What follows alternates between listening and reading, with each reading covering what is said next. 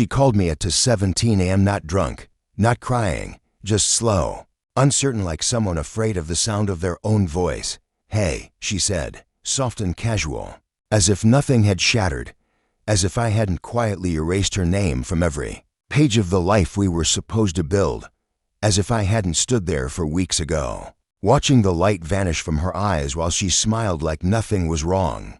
She never knew I noticed. She always thought I was one step behind her lies, like I wore blinders woven from love and habit.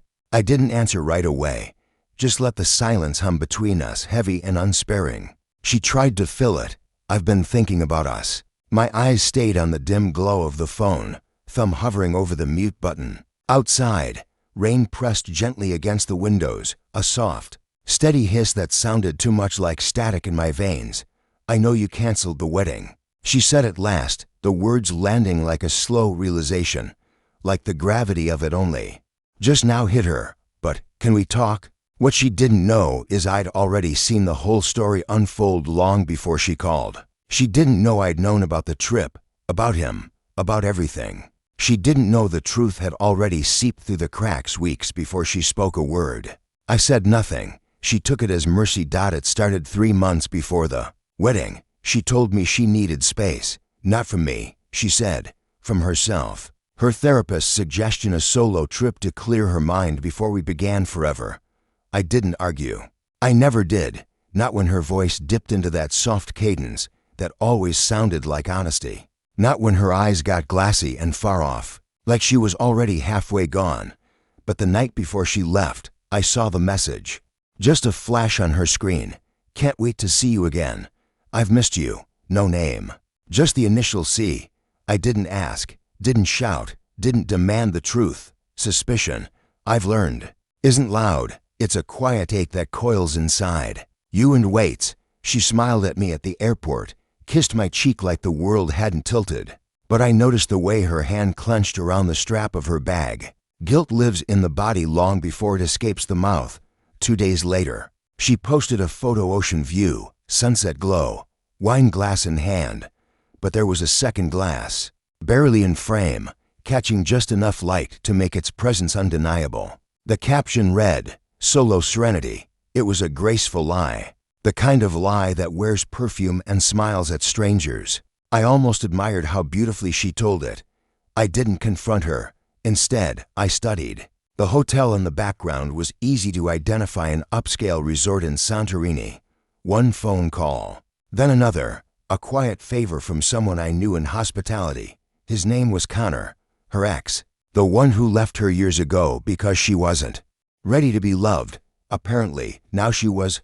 I paid for service, travel records, receipts. He flew out 2 days before she did, checked into the same hotel, the same room, left a day after her. I printed every page, every confirmation, every timestamp. I didn't need to speculate. I had evidence. She returned glowing, hair a little lighter, skin sun-kissed, a few new freckles. Her laugh was too quick, her eyes too wide, like she was trying to outpace the truth. She told stories, embellished with just enough detail to seem real. I played along. I picked up her wedding dress from the tailor. I smiled when I handed it to her. But inside, I was sharpening my silence. Then I found the voicemail. Just 2 seconds. An accidental recording. His voice whispering, laughing. "Still think he suspects anything?" Clicked. 2 weeks before the wedding, I left an envelope on the kitchen counter. Inside were printed photos, travel records, the voicemail transcription.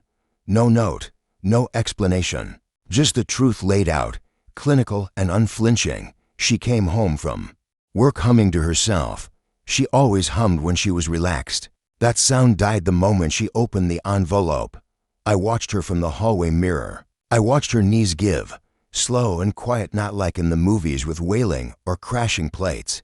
No, it was like something inside her had gone soft, surrendered.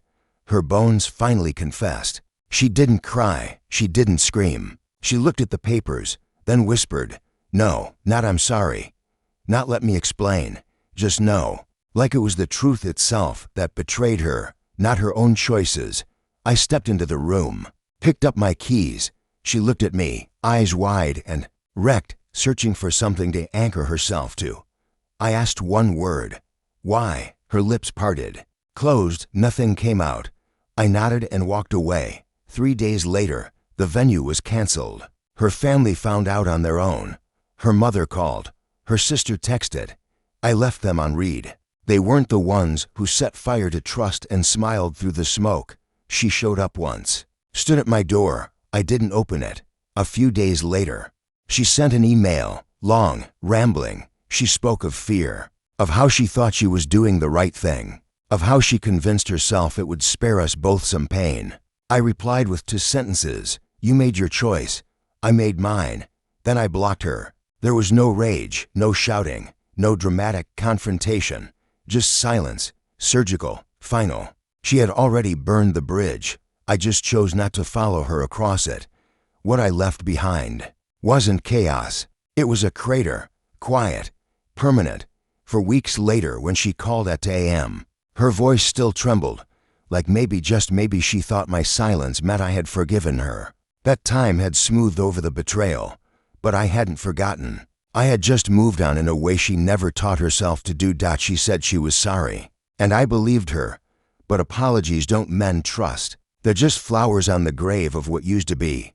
I miss you, she said. Like a confession meant to sway something, I let the words hang there, let them age and lose their color. Then I said, softly, I don't, and I hung up. No fury, no resentment, just precision. She had already given her body to the past. I simply returned her future to it. And that, in the end, was mercy.